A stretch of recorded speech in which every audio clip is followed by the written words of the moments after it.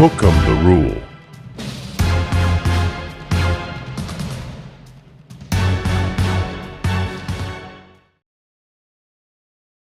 The royal guard, led by the chief courtier Iri, arrived at Ramses's family dwelling in Memphis with the jarring speed of a royal decree.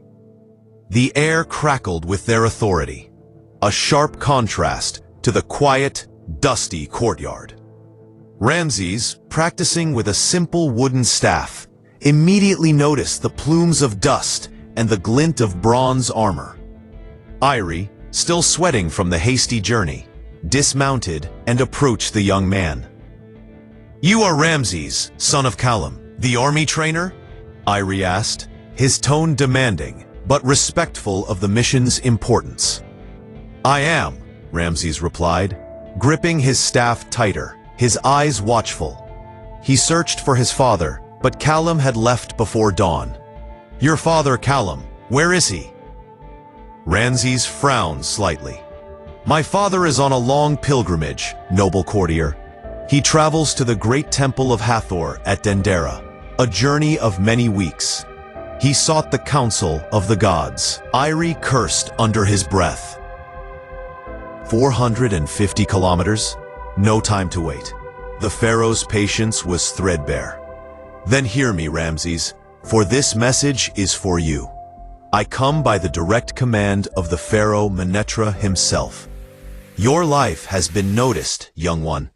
Your courage against the lion, a deed of true divine favor, has reached the ears of the divine ruler." Iri paused for dramatic effect, leaning in. "But your bravery is now needed against a more insidious beast." He quickly recounted the tale of the Dark Lord, the black-clothed figure, the skull mask, the brazen robberies of sacred wealth, and the sheer terror gripping the special Egyptian towns. "The royal guard is useless against this shadow. The pharaoh has decreed that you are the one who must stop him. You are tasked with bringing an end to this Dark Lord's reign." Ramses listened, his mind already churning through the challenge. A thief who wears a skull mask and defies the army. It felt like a problem that required more than brute force. He thought of the heavy, golden trident of Manessa, hidden and waiting. His father's words returned to him. "When truly great problems release." "The risk is immense, young Ramses," Iri warned, seeing the contemplation in the boy's eyes. "Failure to the pharaoh is not survivable. You have a chance to refuse. No one would fault you, given your youth and your father's absence." Ramses took a deep breath, the desert wind rustling the palms nearby. He was a son of Egypt, and his blood was that of a protector. He had been given a sacred trust. He knew what he had to do. "Tell the pharaoh Menetra," Ramses said, his voice ringing with a newfound authority, "that Ramses accepts his command. I will not stand by while the treasures of Egypt and the order of Ma'at are trampled by a shadow. I will stop this Dark Lord." Iri let out a sigh of profound relief. "Gather what you need, boy. We depart for the palace immediately." Ramses nodded, turning instantly to retrieve his father's gift, the destiny of a protector, now resting in his hands. He knew the journey to the palace was only the first step of a much greater path.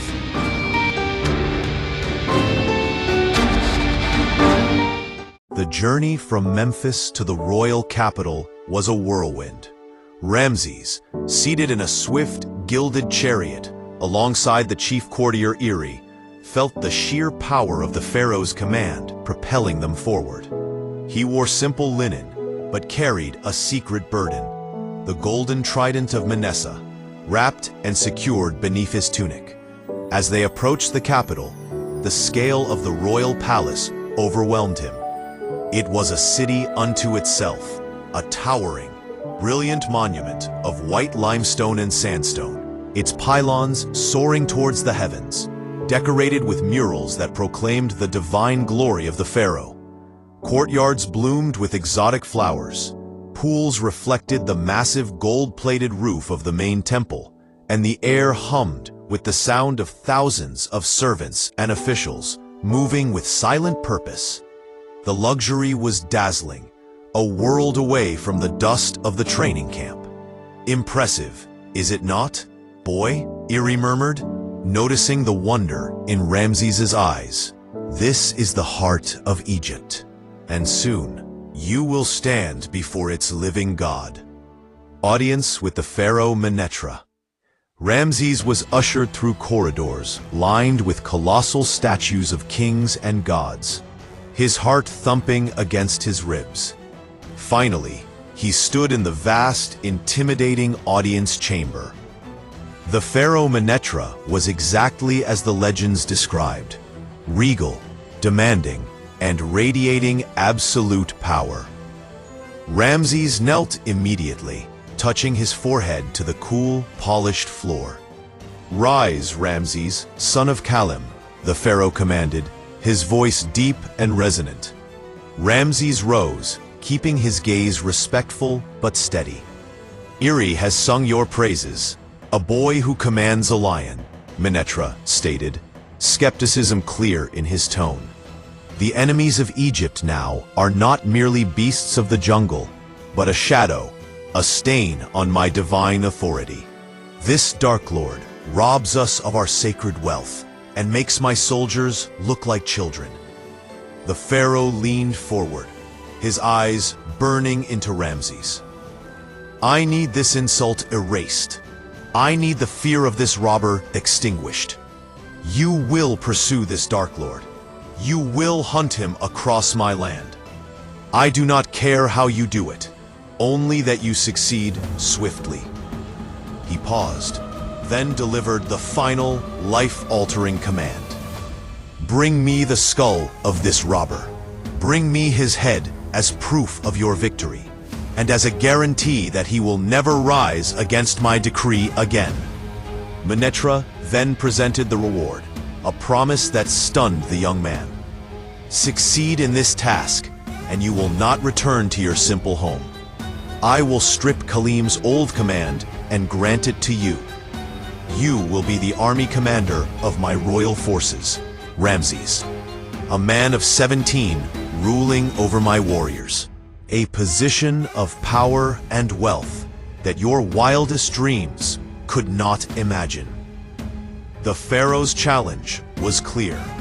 Success meant unimaginable glory. Failure meant death. Ramses's face was grim. He knew the Dark Lord must be stopped, but the demand for a gruesome execution did not sit well with the wisdom of the trident of Manessa, which he felt hidden beneath his clothes. He had not killed the lion. Could he kill a man? "Your Magnificence," Ramses spoke, his voice clear despite the tension. "I accept this sacred task. The Dark Lord will be stopped, and order will be restored to your towns. I swear by the great gods, I will not rest until this shadow is banished from Egypt." Ramses had accepted the mission and the promise of glory, but the path to stopping the Dark Lord and the pharaoh's demand for a head were two different things. How will Ramses begin his hunt?